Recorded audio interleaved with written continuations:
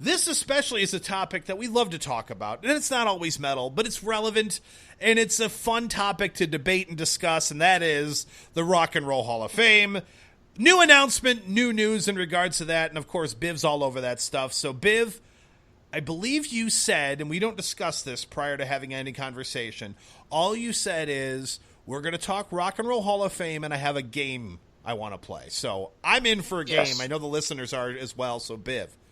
What game do we get a chance to play today? What fun? What is it? Well, it's called Rock and Roll Hall of Fame or Fuck Off. And okay. So it's pretty straightforward. I'm going to give you. Can I guess what the rules are?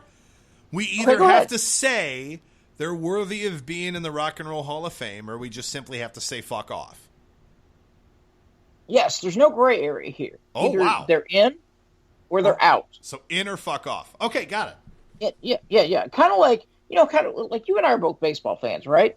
Yeah. And you know how they have after 5 years, you're eligible for the Hall of Fame, and then some of these writers say, well, you're either a first ballot Hall of Famer or you're not. And my feeling is, if you were eligible, if you feel like they should be in the Hall of Fame, they're in the Hall of Fame. If they're not, they're not. I don't understand what the whole, first year thing is. Well, what we're doing right here is I'm going to give you a list of the 2017 Hall of Fame inductees, and you're going to say either in or out. Okay. No gray at all. Oh, okay. That's going to be hard for me. No, I don't think it is. Okay, let's do it. I think you're going to be pretty good at this. Now, keep in mind, there's two things you need to consider. One, in order to be eligible for the Hall of Fame, your debut album has to have come out 25 years ago or more. Okay. Okay? Are you aware of that? Yes, I was. But Okay. I'm glad you said that, because, again, this is the at-home version, right? I mean, we have people all over the world playing along at home, just like I am, correct? Right. Yeah, so correct. I know the rules. Okay, and secondly, in order to play this game correctly, you really need to put an album or a CD or an artist in perspective of their time, right? So when I give you the name of a band or an artist, you have to think about what was the era like? What was the time like? What was the sound like? And just like the Baseball Hall of Fame, did they dominate their position, right? In that time, in that era, did they dominate the player, the position that they played? So here we go. Are you ready? The only thing I'll say is that the only caveat is if we're doing the baseball comparison, so many times, so many bands over the years put a stamp on the genre either they helped create, or maybe it wasn't apparent at the time what impact they had until 30 years later type of thing. Right. You know what I mean? Why they have the 25. Yeah, well, I guess that's true. true. 25-year stipulation. All right, fine. Anyway, Go ahead. So, to your point, let's start with Pearl Jam.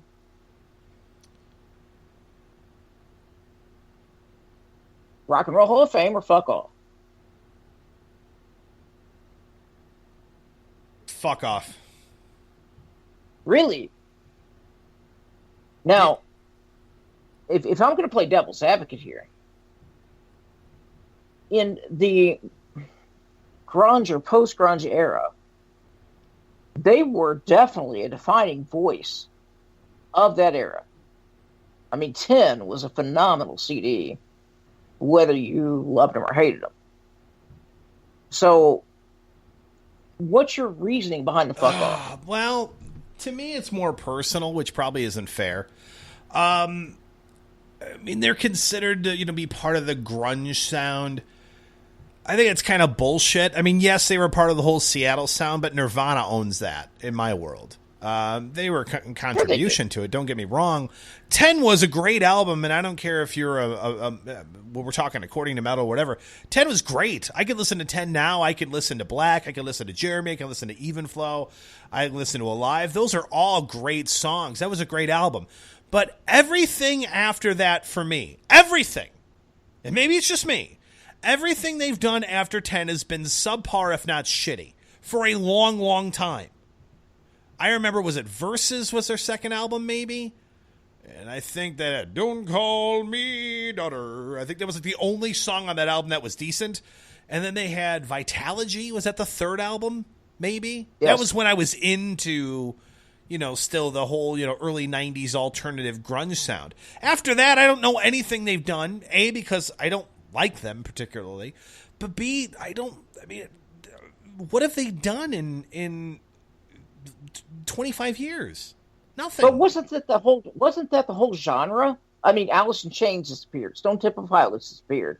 Nirvana, of course, Kurt Cobain killed himself. Blind Melon, Shannon Hoon killed himself. There was no one that transcended time in that whole era. Who today is around of any significance from that entire genre? Yeah, but who cares? Here's the thing: if we're talking, you just said the rules were Rock and Roll Hall of Famer. Fuck off. There was no gray area.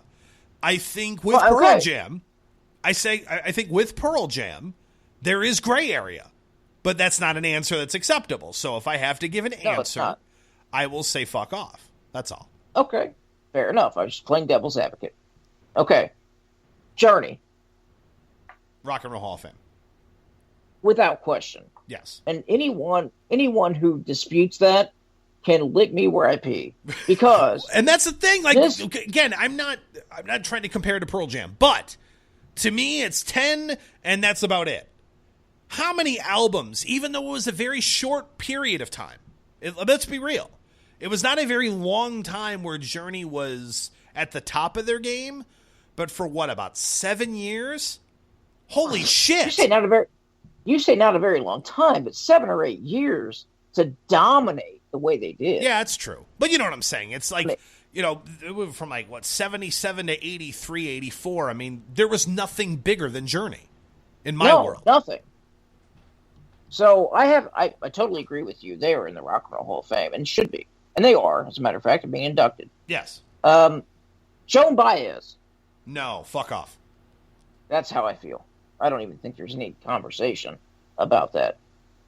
Yes. Yes is the answer. Yes, they are. And not totally agree. This is one of those bands that is their body of work is impressive, but the absolute contribution in almost part of creating with, Genesis and maybe, Deep Purple and yes, or some of the very, very, very early prog rock bands that really created what I consider to be the absolute cornerstones of progressive metal and just progressive rock as a whole. I mean, I don't think you have Rush without Yes, stuff like that. I just think that Yes is incredible. And even if they don't have a large track record of success, there's a great example. How many bands nowadays, where's the grunge sound now? How successful has Pearl Jam's, formula of music been still to this day? It doesn't exist anymore. Sorry, it doesn't.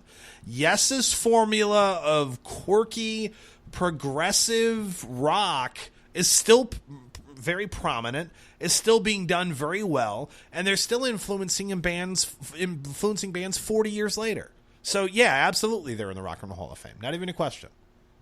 Well, I totally agree, because not of what they did, but because of what they influenced. Without Yes, there was no Styx. Without Styx, there was no Asia. Without Asia, there was no Rush. And without Rush, there was no Dream Theater. And without no Dream Theater, you can go on and on. All of those things built upon each other like Legos. I mean, it really was that simple. And it was the building blocks of, to your point, of exactly what we call progressive metal today. So I am in total agreement. Yes is in. And you know what's funny? And I was going to say this really quick, and I don't want to change the subject, but we just had, if you haven't, here's our plugging our previous episode, but we had Jonah Weingarten on, of course, who's having, a side project with Matt Barlow, it's Sentinels. And there's going to be no guitar. And one of the things we talked about in the interview is we can make really killer music that doesn't have guitar and still be that heaviness to it. And I had mentioned, when we were talking to Jonah, that some songs that on the surface aren't heavy, but emotionally they connect with you in a way that they are heavy without crunching guitars, just from the atmosphere and what's created in that song. And where I'm going with this is, as I've listened to more Yes, and as I've listened to more Rush, for example, they have songs that aren't heavy, but yet they're heavier than hell, if that makes any sense at all. You know what I mean? Like, just musically, they're so rich, there's so much in them, that it's just a very heavy song without heaviness to it. And I think Yes was part of building that structure of music. I don't know. Sorry, that's just what was in my mind at the time. No, I think you totally nailed it. So, the final rock and roll inductee in 2017, before I get to other parts, is ELO. Well, there you go. Similar. We could almost take what I just said and just attach ELO, and they're just as much involved in what Yes did for music in the early 70s. Or Journey. Hell yes, ELO should be in it. And I'm not an ELO fan, but you're out of your freaking mind if you don't pay homage to what they did for music in the 70s and what their sound ended up developing into in the 80s and 90s, and other bands that really can pay a lot of tribute to the groundwork they laid as a band. Okay, well, I'm 45 years old, and I barely remember ELO in their prime. And the only reason I do is because my sister is 9 years older than me, and she always had the stereo on, and she collected albums. And I remember there were ELO albums, and I listened to them. And so I was kind of, around it. And ELO, to your point, we could talk about Styx, we could talk about Journey, we could talk about Yes. ELO is right there in that fold. So I totally agree with you. There is no doubt, not necessarily about what they did, but what they influenced and the stamp that they put on music as a whole. So there's also two other things I should mention. Another 2017 inductee, and you can tell me Hall of Fame or fuck off. Remember, that's the name of the game, and there is no gray area. Tupac Shakur. Fuck off. Why? Because he's not rock. Period. Amen. That's not even a question. That is... All right, then right now, I want Sepultura inducted into the Hip Hop Hall of Fame. Exactly. For no reason other than because they should be, because I say so. Because right. Sepultura belongs in the Hip Hop Hall of Fame as much as Tupac Shakur belongs in the frickin' Rock and Roll Hall of Fame.